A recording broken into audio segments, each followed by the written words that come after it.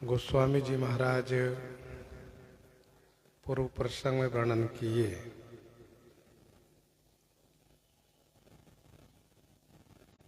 श्री किशोरी जो श्री राम जी के हाथ से धनुष टूटने के लिए अपना स्नेह लगाती हैं।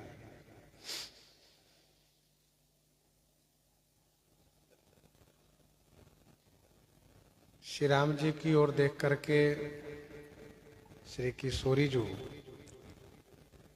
प्रेमपन करती हैं, प्रेम प्रतिज्ञा करती हैं।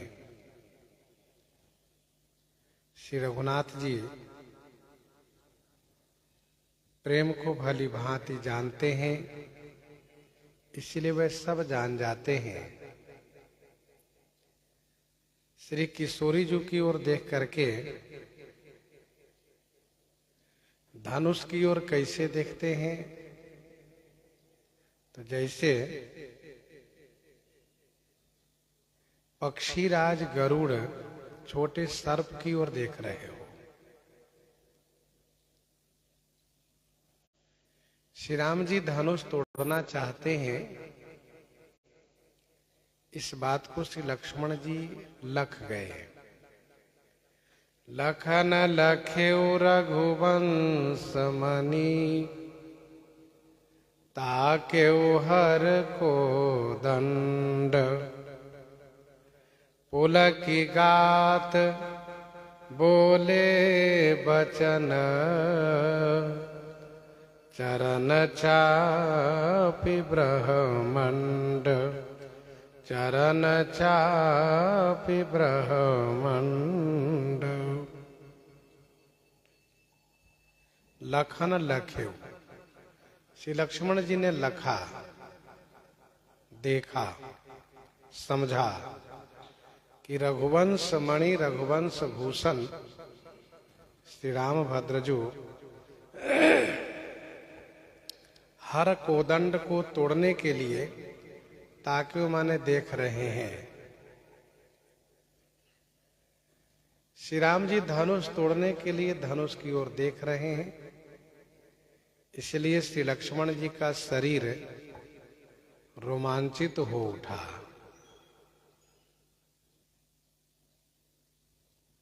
फिर तो अपने चरण से ब्रह्मांड को दबा करके भूमि के धारकों को संबोधित करते हुए इस प्रकार से कहने लगे। दिशि कुंजरहु कमठ अहि कोला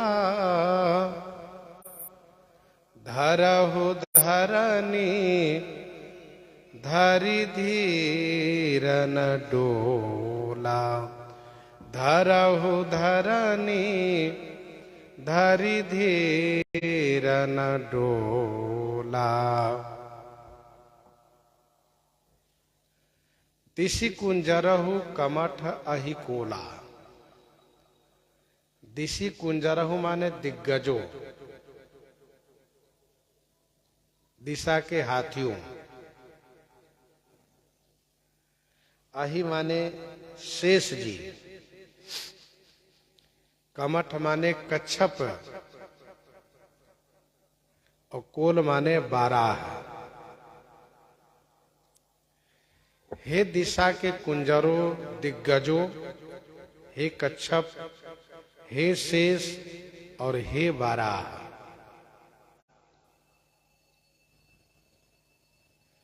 धीरधारी धारणी धारहु, धैर्य धारण करके मजबूती के साथ, धारणी माने भूमि को धारण कीजिए, जिससे यह भूमि डोल ना पावे। धारहु धारणी धारी धीर न डोला।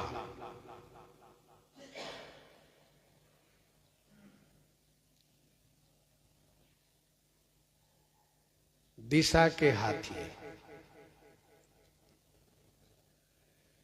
दसों दिशाओं में 10 हाथी हैं जो बड़े पर्वताकार हैं और भूमि के नीचे लगे हुए हैं।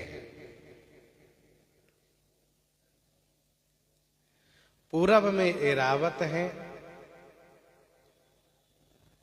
अग्निकोण में पुंडरीक है, दक्षिण में वामन है, नैऋत्य कोण में कुमुद है, पश्चिम में अंजन है, वायव्य कोण में पुष्पदंत है, उत्तर में सार्वभौम है और ईशान कोण में सुप्रतीक है। ये 8 दिग्गज हैं। दिशा 10 है लेकिन दिग्गज 8 हैं। 4 दिशा और 4 कोण। तो चारों दिशाओं और चारों कोनों में भूमि के नीचे ये 8 दिग्गज लगे हुए रहते हैं, अर्थात पृथ्वी को थामे रहते हैं।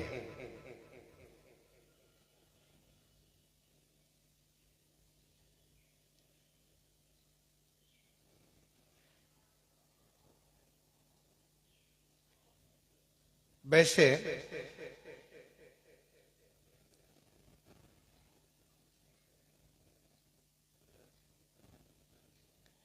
12 सबसे नीचे हैं। भगवान 12 अवतार लेकर के पृथ्वी का उद्धार किए। फिर देवताओं ने उनसे प्रार्थना की कि आप पृथ्वी की रक्षा स्वयं करें। तो 12 सबसे नीचे में लगे।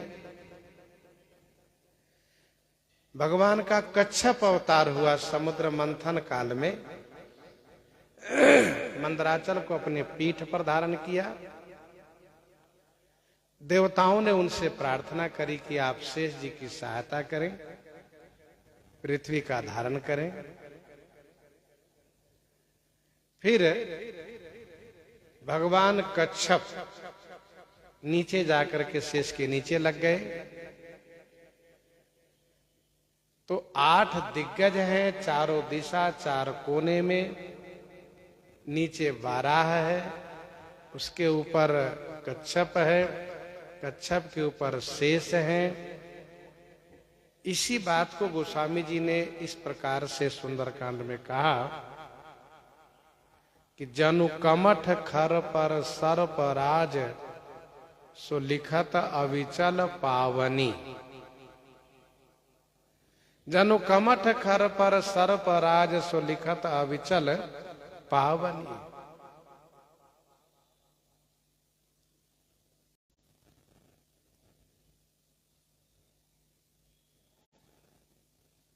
तो शेष जब भार नहीं सह पा रहे थे तो नीचे कच्छप के पीठ पर अपना मुख लगा करके दांत से जमा रहे थे अपने सिर को।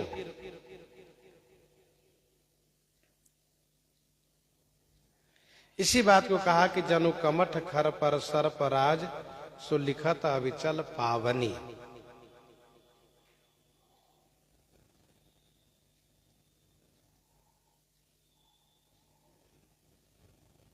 श्री लक्ष्मण जी कहते हैं कि धारहु धारणी, धारी धीर। धैर्य धारण करके फिर धरणी को धारण कीजिए, जिससे कि डगमगा न सके, हिल न सके।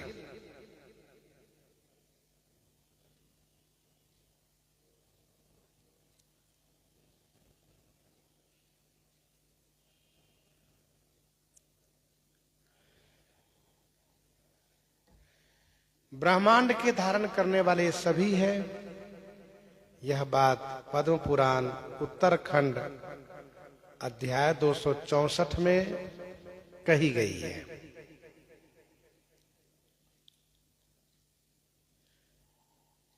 श्री लक्ष्मण जी महाराज इस बात को जानते हैं कि धनुष टूटने के बाद कितनी भयावह आवाज होगी।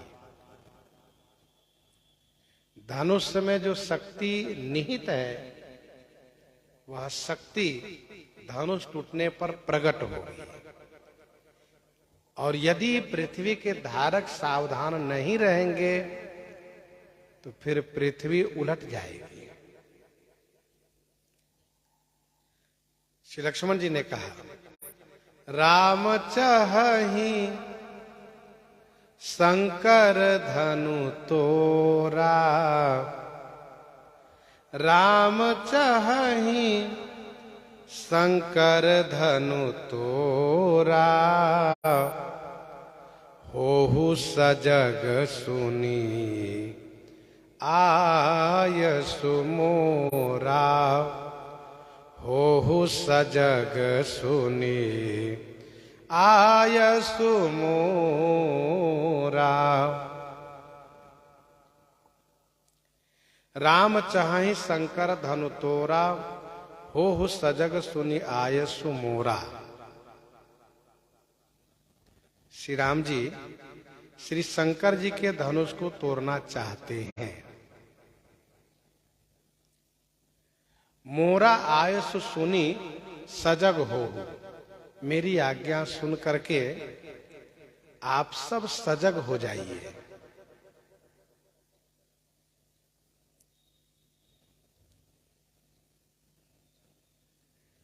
सभी दिव्य हैं। भगवान श्री राम जी श्री शंकर जी के धनुष को तोड़ना चाहते हैं।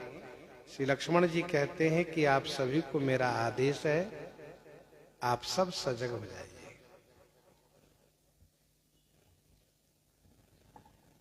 श्री लक्ष्मण जी क्या है? यद्यपि कल्प भेद से शेष जी भी हैं, फिर भी कल्प भेद से भगवान श्री राम जी के अंश स्वरूप उनके अनुज श्री लक्ष्मण जी हैं, और ये वो अंश हैं जिनके लिए गोस्वामी जी ने ये कहा कि शेष सहस्र शीश जग कारण, शेष सहस्र शीश जग कारण, जो अवतरु भूमि भय तारन, जो अवतरु भूमि भय तारन।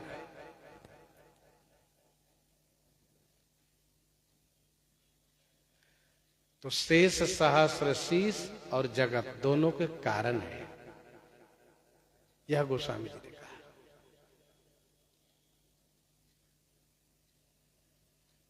हम लोग अनशन सहित मनुज अवतारा, अनशन सहित देह धरी ताता पर बृहद चर्चा कर चुके हैं।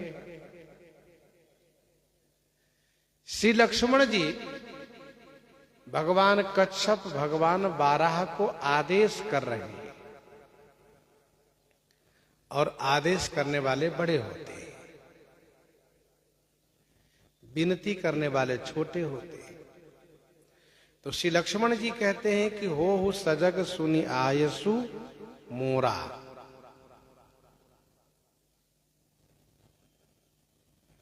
नामकरण के समय में गोस्वामी जी ने यह कहा कि लक्षण धाम राम प्रिय सकल जगत आधार, सकल जगत आधार, गुरु वशिष्ठ ते ही राखा लक्ष्मण नाम उदार। और इसके बाद तुरंत गोस्वामी जी ने यह कहा कि धरे नाम गुरु हृदय विचारी, वेद तत्व नृप तव सुत चारी, वेद तत्व नृप तव सुत चारी।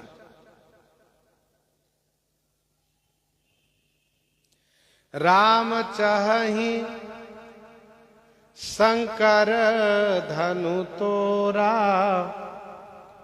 होहु सजग सुनी आयसु मोरा।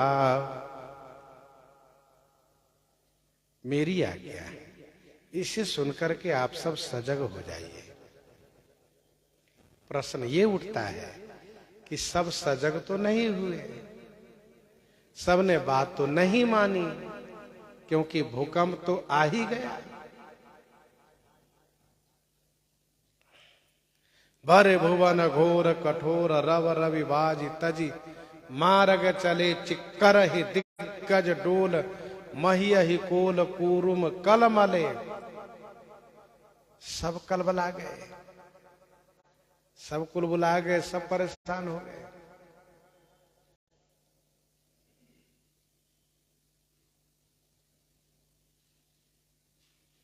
सुर असुर मुनि कर कान दिन है सकल विकल विचार ही कोदंड खंड्यो राम तुलसी जयति वचन उच्चार ही, जयति वचन उच्चार ही।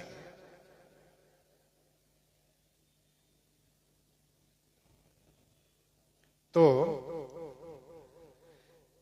आज्ञा नहीं मानी यह प्रश्न है। इसका समाधान यह है कि ऐसा नहीं है कि सभी ने आज्ञा नहीं मानी, सभी ने इनके आदेश को पालन नहीं किए, ऐसा नहीं है। सभी आज्ञा पालन किए, सभी ने पृथ्वी को मजबूती से धारण की है। लेकिन धनुष टूटने की आवाज ही ऐसी थी कि उस आवाज से ब्रह्मांड में हलचल मच गया।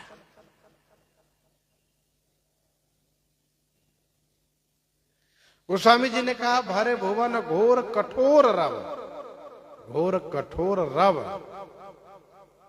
ये शब्द भर गया पूरे ब्रह्मांड में।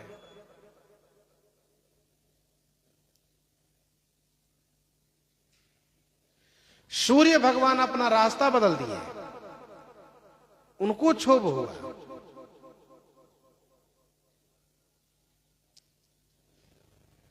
दिग्गज परेशान हो गए, चिल्लार करने लगे, पृथ्वी डोलने लगी। भगवान बाराह, भगवान कच्छप कुलबुलाने लगे, ये क्या हो रहा है। अर्थात इतना भार महसूस हुआ कि सब परेशान हो गए। गोस्वामी जी ने रामायण में यह भी कहा कि इस आवाज ने ब्रह्मांड को खंड कर दिया। ब्रह्मांड को फोड़ करके यह आवाज दूसरे ब्रह्मांड में चली गई। तो कहने का भाव यह है कि यह आवाज ही ऐसी थी। और ऐसा नहीं कि आदेश का पालन नहीं हुआ है, आदेश का पालन न होता तो पृथ्वी ठहर ही नहीं पाती।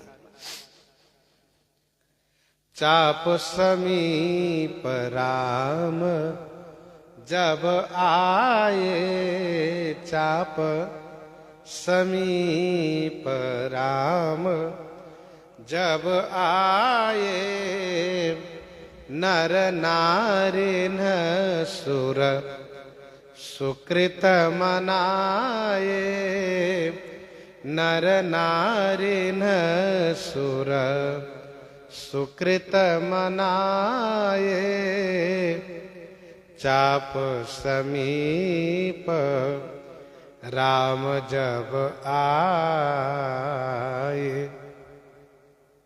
चाप समीप राम जब आए, नर नारिन सुर सुकृत मनाए।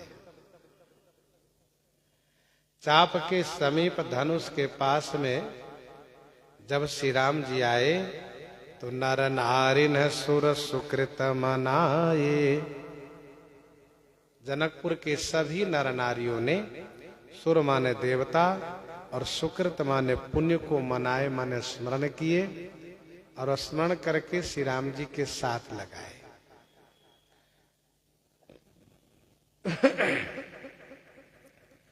चाप समीप राम जब आए, नर नारिन सुर सुकृत मनाए।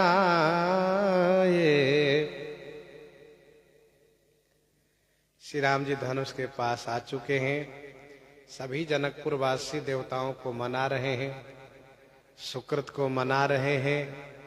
सब चाह रहे हैं कि श्री राम जी के हाथ से ही धनुष भंग हो, धनुष टूटे। बंद पितर सुर सुकृत संहारे, बंदी पितर सुर सुकृत संभारे, जो कछु पुण्य प्रभाव हमारे। तो शिव धनु मृणाल की नाई, तो रहु राम गणेश गुसाई।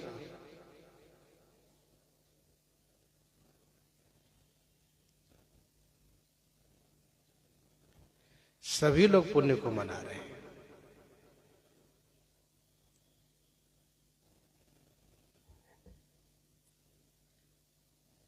अर्थात सब यही चाहते हैं कि हे देवताओं, हमारे जो कुछ सुकृत हो, पुण्य हो, वह सब श्री राम जी के साथ लग जाए और उनके हाथ से धनुष टूट जाए। सब कर संसौ अरु अज्ञानु, मंद महीपन कर अभिमानु। सब कर संसौ अरु अज्ञानु, मंद महीपन कर अभिमानु। सब कर संशय, सभी का संशय, अरु माने और अज्ञान, मंद महीपन कर अभिमानु। मंद माने नीच, महीपन माने राजाओं का अभिमान। सब कर संसौ अरु अज्ञानु, मंद महीपन कर अभिमानु।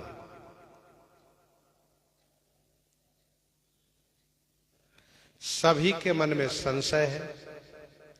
ध्यान दीजिएगा, इस चौपाई से गोस्वामी जी एक रूपक प्रस्तुत करने जा रहे हैं।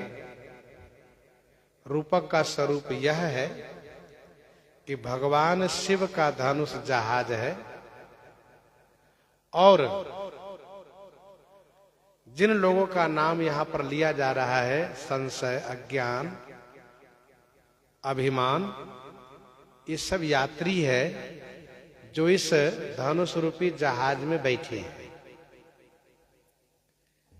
भगवान श्री राम जी के बाहुबल यही अथाह अपार सागर है। इसी बाहुबल रूपी अथाह सागर से ये धनुष रूपी जहाज पार होना चाह रहा है और इसमें जो यात्री है वह सब यही चाहती है कि हम सकुशल पार हो जाए। लेकिन समस्या यह है कि इस जहाज के संचालक, खेवने वाले कोई नहीं है। श्री राम जी के हाथ से धनुष न टूटना, पार हो जाना है और हाथ से धनुष टूट जाना, ये जहाज को डूब जाना है। ये रूपक का स्वरूप है। आप इसको समझे। सब कर संशय अरु अज्ञानु, सभी का संशय, सभी की अज्ञानता। सबके मन में संशय है, सबके मन में संशय है कि श्री राम जी तो सुकुमल है, सुकुमार है, इनके हाथ से धनुष टूटेगा कैसे? ये संशय है, अज्ञानता है। अज्ञानता है। ये सोच रहे हैं सभी लोग कि जैसे किसी राजा से नहीं उठ पाया है वैसे इनसे भी नहीं उठेगा। ये संशय है, यही अज्ञानता है। संशय दशा में और अज्ञान दशा में दोनों में क्लेश होता है, कष्ट होता है। जिनको भगवान के प्रति संशय होता है, भगवान में जिनको अज्ञान भाव है, जिनके हृदय में अज्ञानता है, उनको कष्ट होता है। तो सभी का जो संशय है, सबकी जो अज्ञानता है, और नीच राजाओं का जो अभिमान है, नीच राजाओं का जो अभिमान है,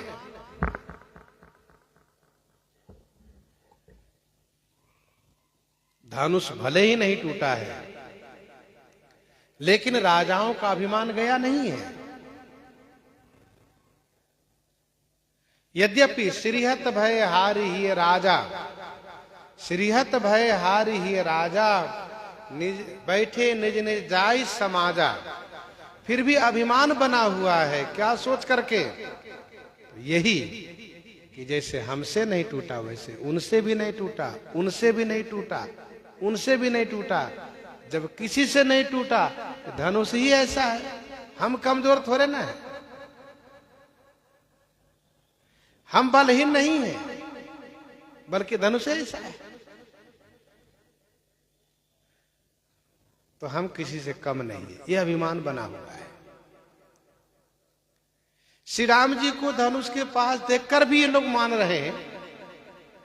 जब हम लोगों के बाहुबल से, जब हम लोग ऐसे मजबूत और लोक विख्यात पहलवान योद्धा वीर लोग हैं, जो हमारी भुजा का लोहा सब कोई मानते हैं, जब हम लोग नहीं उठा सके धनुष को, तो इस धनुष को भला ये कल का बालक क्या उठा पाएगा?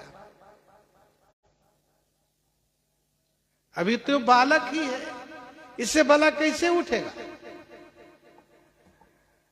चले गए हैं। एक भाई बोल रहे थे गुस्से में, दूसरे भाई धनुष तोड़ने चले गए। इन लोगों से धनुष टूटेगा नहीं, ये खिलवाड़ है धनुष तोड़ना।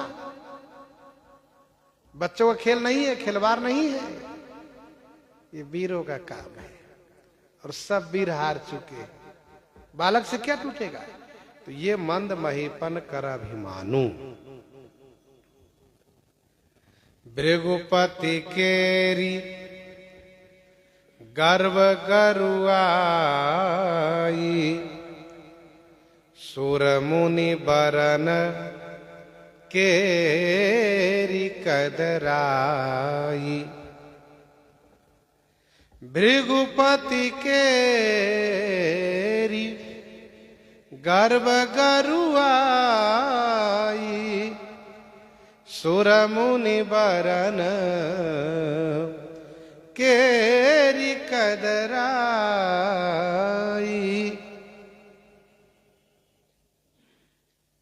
भृगुपति केरी गर्व गरुआई, सुर मुनि बरन केरी कदराई।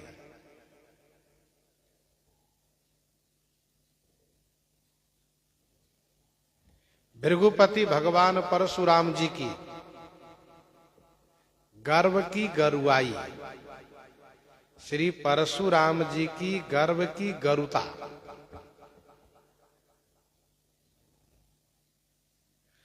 श्री परशुराम जी के गर्व की गरुता कहने का मतलब यह है कि उनकी ये गर्व की गरुता है।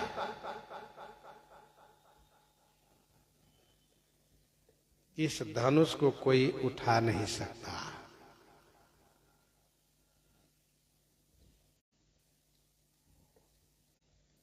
तो भृगुपति केरी गर्व गरुआई, भृगुपति श्री परशुराम जी के गर्व की गरुता।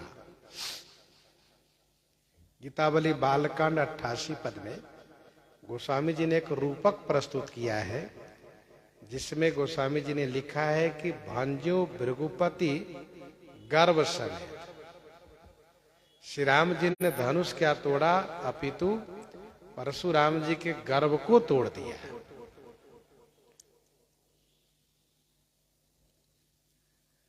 तो श्री परशुराम जी में अहंकार की गरुता है। अहंकार की गरुता, गरुता माने भारीपना है। श्री परशुराम जी यह मानते हैं कि मेरे गुरु श्री शंकर जी का धनुष ही है, ये किसी से भी उठने वाला नहीं है, हिलने वाला नहीं है। सुर मुनि बरन है केरी कदराई, सुर मुनि वरन है केरी कदराई। सुर देवता और मुनि वरन माने मुनि श्रेष्ठों की, कदराई माने कायरता। देवता और मुनि श्रेष्ठ लोग भी यह सोच रहे हैं कि इनसे कैसे धनुष टूटेगा।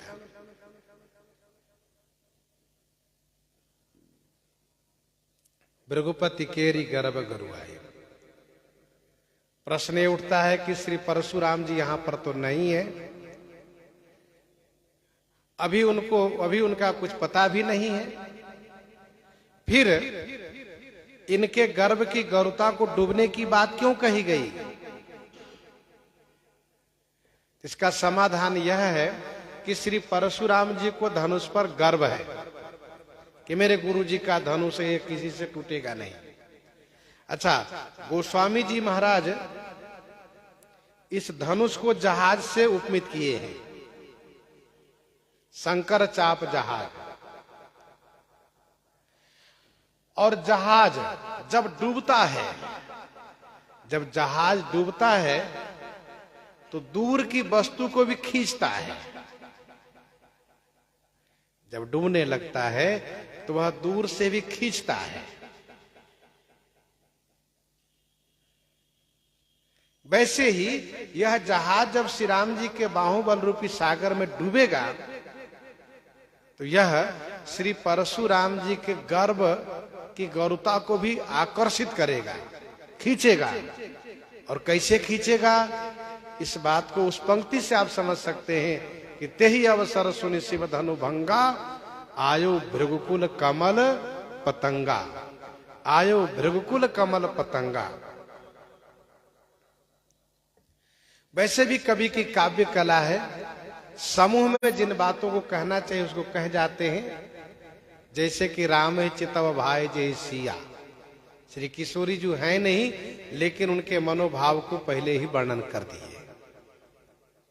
वैसे यहाँ पर भृगुपति केरी गर्भ गरुआई, श्री परशुराम जी का भी दूर दूर तक कोई पता नहीं है, कहाँ है, कितना दूर है। वे महेंद्र गिरी पर तपस्या कर रहे हैं, उनका कोई पता नहीं है। लेकिन धनुष टूटने के बाद तुरंत यहाँ उपस्थित होंगे और उपस्थित होने के साथ साथ अपने गर्भ की गरुता को गंवा करके जाएंगे। उनका जो गर्व है कि मैं ही एक बाहुबली हूं, मैं ही एक वीर हूं, मैं ही एक बलवान हूं, यह गर्व उनका समाप्त हो जाएगा। वैसे भी श्री परशुराम जी धनुष भंग की आवाज सुन करके आए, यह सोच करके कि चल के देखो कौन वीर पैदा हुआ है और उनको मैं परास्त करके अपनी वीरता की झंडा ऊंचा करके वापस आ जाऊंगा। इस उद्देश्य से आए थे, अपनी वीरता की ध्वजा लहराने के लिए। भले ही श्री परशुराम जी महाराज हिंसा से निवृत्त हो चुके हैं, अब किसी भी क्षत्रियों पर वार नहीं करते हैं, नहीं मारते हैं किसी को, लेकिन उनके मन में यह बात बनी हुई है, यह अहंकार बना हुआ है कि मैं ही एक विश्व में अद्वितीय योद्धा हूं, मेरे सामने कोई ठहर नहीं सकता है। ये उनको अभिमान बना हुआ है। एक प्रसिद्ध लोकोक्ति है,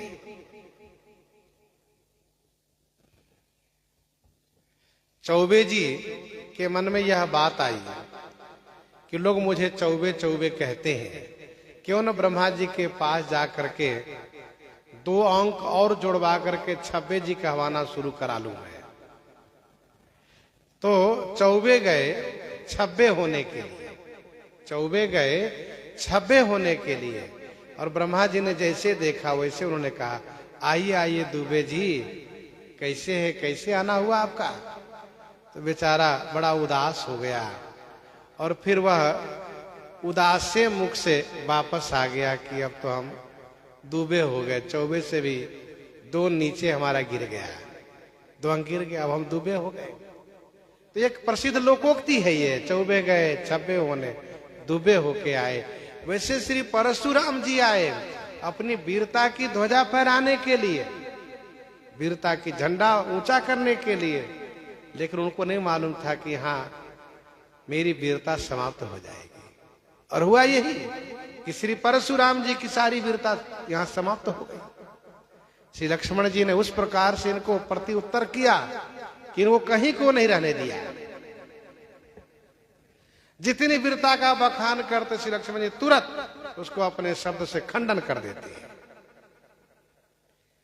तो भृगुपति केरी गर्भ गरुआई, श्री परशुराम जी के गर्भ की गरुता इसी धनुष पर है। सुरमुनि वरन केरी कदराई, देवता और मुनि श्रेष्ठों की कायरता। कायरता कैसी कायरता है? यही ये अभी तो सुकुमार है, इनसे धनुष कैसे उठेगा?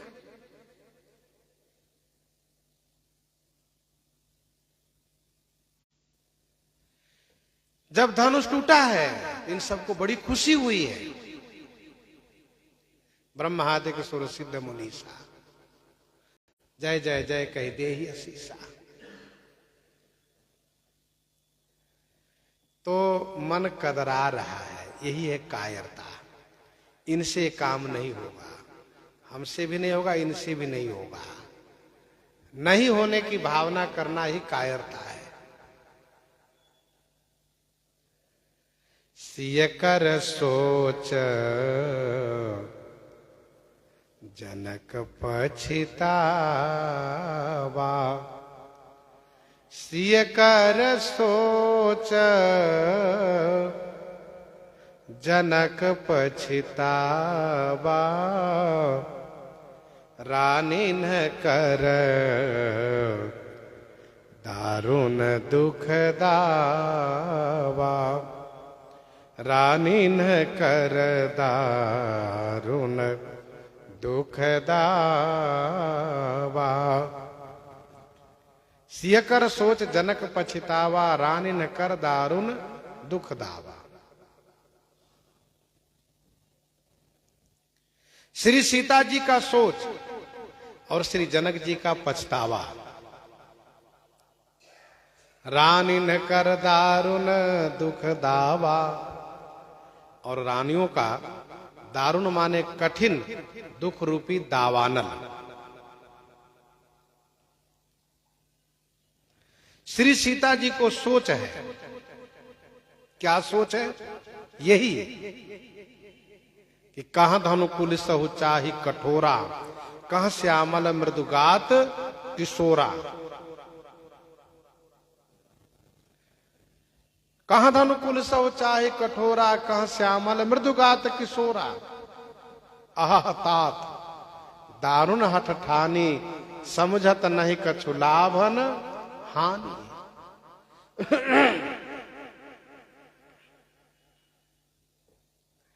श्री जनक जी को पछतावा है। उनको क्या पछतावा है? उनको इसी बात को लेकर के पछतावा है कि मैंने धनुष को प्रण में क्यों रखा। जो जनते बीनु भट भुवि भाई, जो जनते बीनु भट भुवि भाई, तपन करी हो तेऊ न हसाई, तपन करी हो तेऊ न हसाई। मुझे मालूम ही नहीं था कि यह भूमि वीरों से खाली है।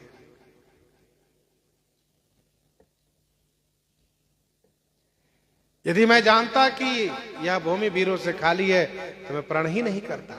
तो प्रण करने का पछतावा है। रानी ने कर दारुण दुख दावा, श्री सुनैना आदि रानियों को कठिन दुख रूपी दावानल है। रानी श्री सुनैना जी कहती हैं, सखी सब कौतुक देख निहारे, जेऊ कहावत ही तू हमारे, को न बुझाई कहे गुरु पाही, ये बालक असिहठ भल नाही। ये बालक असिहठ भल नाई। तो रानी ने कर दारुण दुख दावा, उनके दुख कठिन है, दावानन के समान है, जिस दुख रूपी दावानन में जल रही है। तो ये संशय, अज्ञान, अभिमान, गरुता, गर्व, गरुआई, कदराई, सोच, पछतावा और दारुण दुख दावा,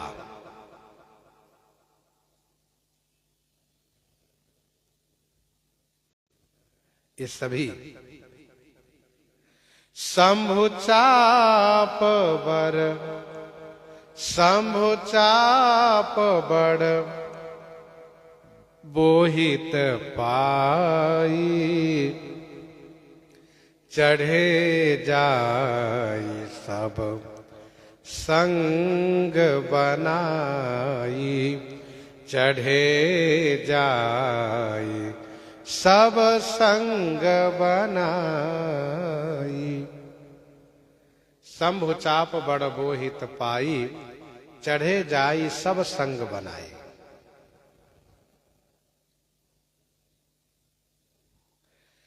भगवान श्री शंकर जी के धनुष रूपी बड़ बोहित पाई, बड़ माने बड़ा, बोहित माने जहाज पा करके, सब संग बनाई जाई चढ़े, सब संग बना करके जा चढ़े, सब जहाज पर आरूढ़ हो गए, सब चढ़ गए।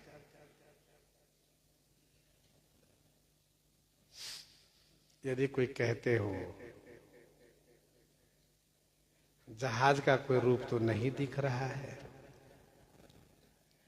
इसका उत्तर यह है कि यात्री का ही कौन रूप दिख रहा है, तो सब अरूप है। अच्छा, ये सब यात्री आए कहां से? कहा सब हृदय से निकल के आए हैं। संशय, अज्ञान, ये कहां से आए? हृदय से आए। अभिमान, गर्व, गरुआई और सुरमुनि वर्ण केरी कदराई, श्री सीता जी का सोच, श्री जनक जी का पछतावा, रानियों का कठिन दुख रूपी दावानन, ये सब कहां? हृदय में ही तो है। हृदय रूपी घर से निकल निकल करके सब आकर के भगवान भोलेनाथ के, शंभु भोलेनाथ के धनुष रूपी जहाज पर बैठ गए, सब संग बनाकर। और यूं कहिए कि सब मूर्ख है, इस जहाज पर बैठने वाले सब मूर्ख है। क्यों मूर्ख है? कहा इन लोगों को देखना चाहिए कि इस जहाज को चलाने वाला खेवैया कोई है भी या नहीं। इस बात पर इन लोगों ने ध्यान नहीं दिया। जैसे नदी किनारे कोई नौका खड़ी हो और ऐसे ही बाल बुद्धि वाले सब बैठ जाए और नौका लेके चल दे। अब उसको पता ही नहीं है कि नौका चलेगी कैसे। बैठ गए, अब नौका चल पड़ी। नौका कहाँ जाएगी, परिणाम क्या होगा, उन बाल बुद्धि वालों को कोई सोच ही नहीं, विचार ही नहीं है।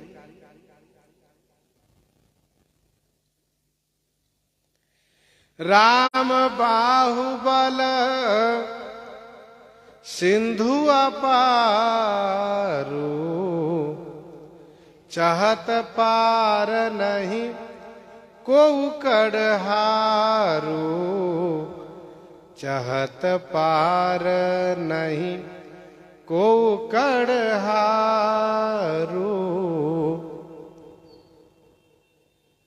राम बाहुबल सिंधु अपारू, चाहत पार नहीं को कड़हारू। भगवान श्री राम जी का बाहुबल ये क्या है? अपारू सिंधु, अपार सागर है। चाहत पार, उपरोक्त सभी यात्री चाहत पार माने पार होना चाहते हैं, लेकिन नहीं को कड़हारू, को कड़हारू नहीं। कड़हारू माने खेवने वाले कोई नहीं है, कोई पायलट नहीं, कोई चालक नहीं, कोई ड्राइवर नहीं है। राम बाहुबल सिंधु अपारु। गीतावली उत्तरकांड 13 पद में गोस्वामी जी महाराज ने कहा, ये जो बल है न यही जल है। अमित अमल बल जल परिपूरन। अमित अमल बल जल परिपूरन। जो श्री राम जी में असीम बल है, यही तो जल है। भगवान श्री राम जी के बाहु सागर है तो बल ही जल है।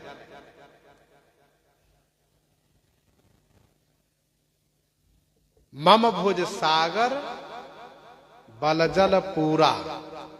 मम भुज सागर बल जल पूरा, जहां बूढ़े बहु सुर नर सूरा। रावण कहता है भगवान श्री राम जी के बाहुबल से कोई पार नहीं हो सकता। सठ चाहत रघुपति बल देखा। तो गोस्वामी जी ने कहा, जिम पिपील का सागर था, महामंद मति पावन चाह। सुरपति सुतधरि बायस वेशा, सठ चाहत रघुपति बल देखा। तो राम बाहुबल सिंधु अपारु, चाहत पार नहीं को कड़हारू।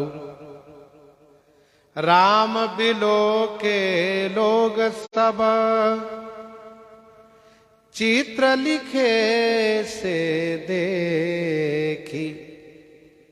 चितई सीय कृपायतन,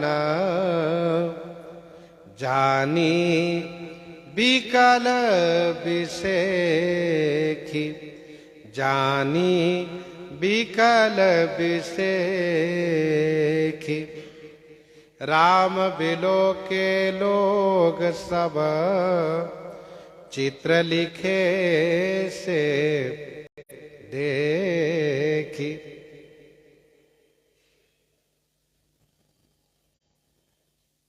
भगवान श्री राम जी ने सभी लोगों की ओर देखा।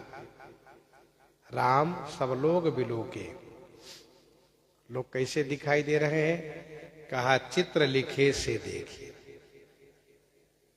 जैसे कागज पर दीवार पर तस्वीर बनाई गई हो और वह तस्वीर हिलती डोलती नहीं है, वैसे ही लोग तस्वीर की भांति जड़वत है। ना कोई कुछ बोल रहे हैं, ना हिल रहे हैं। राम बिलो के लोग सब, चित्र लिखे से देखिए।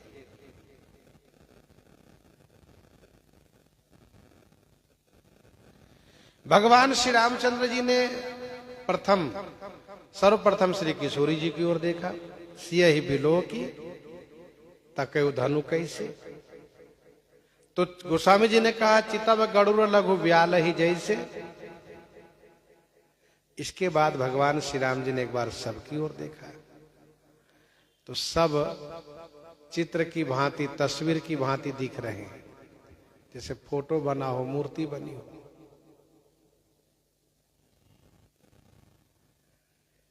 श्री रघुनाथ जी ने श्री किशोरी जी की ओर देखा फिर से।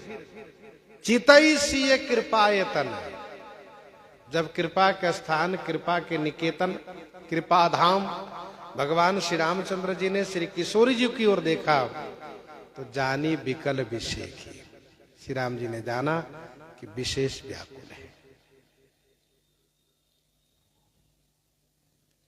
राम बिलो के लोग सब, चित्र लिखे से देखी।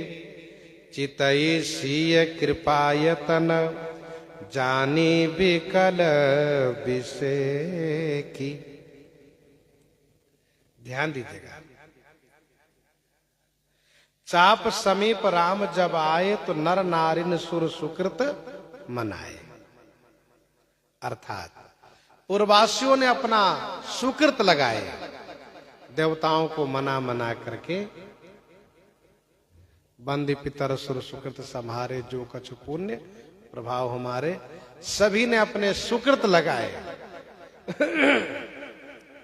और किशोरी जी ने अपने स्नेह प्रेम लगाए।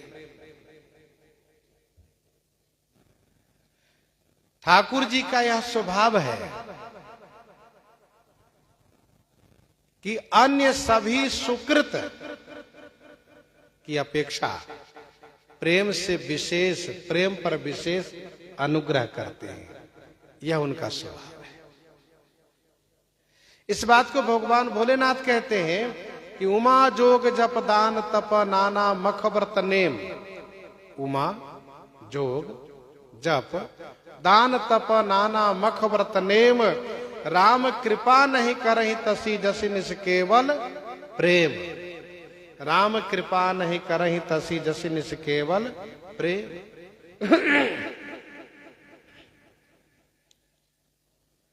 तो श्री राम जी उन सुकृत, उन पुण्यों से उतनी कृपा नहीं करते हैं जितनी कृपा की स्नेह से करते हैं।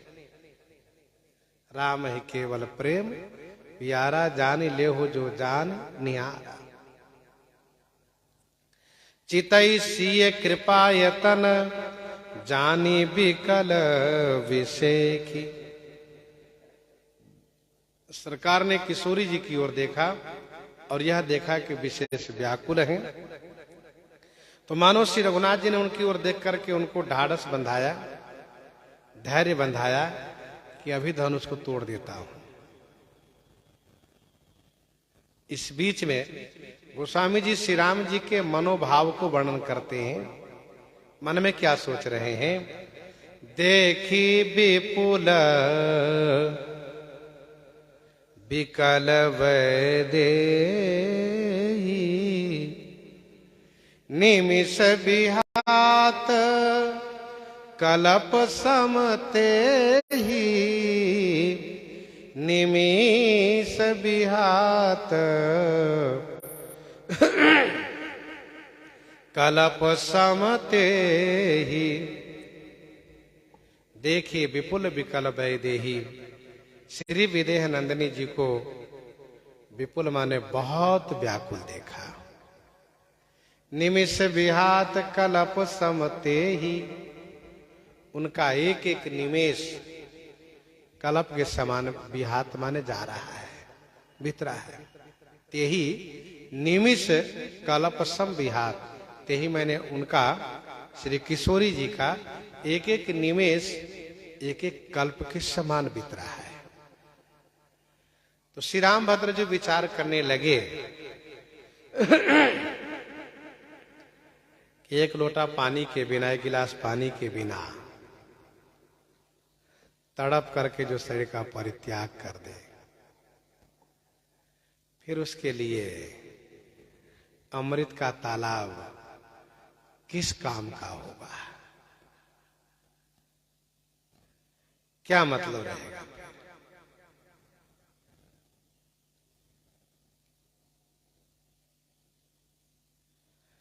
यदि खेती सूख जाएगी तो वर्षा होने से फिर क्या मतलब? समय पर यदि चूक गए तो बाद में पछताने से क्या मतलब? गोस्वामी जी कहते हैं ऐसा हृदय से श्री राम जी ने श्री किशोरी जी के संदर्भ में जाना। इसी तरह से श्री किशोरी जी के संदर्भ में विचार किया, देखा, और श्री किशोरी जी का जो प्रेम है उसे देख करके आप पुलकित हो गए।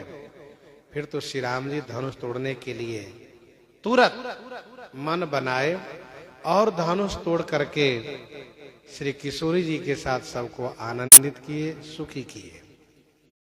प्रसंग को यहीं हृदयंगम करते हुए आइए श्रवण करते हैं श्री भक्तमाल जी से।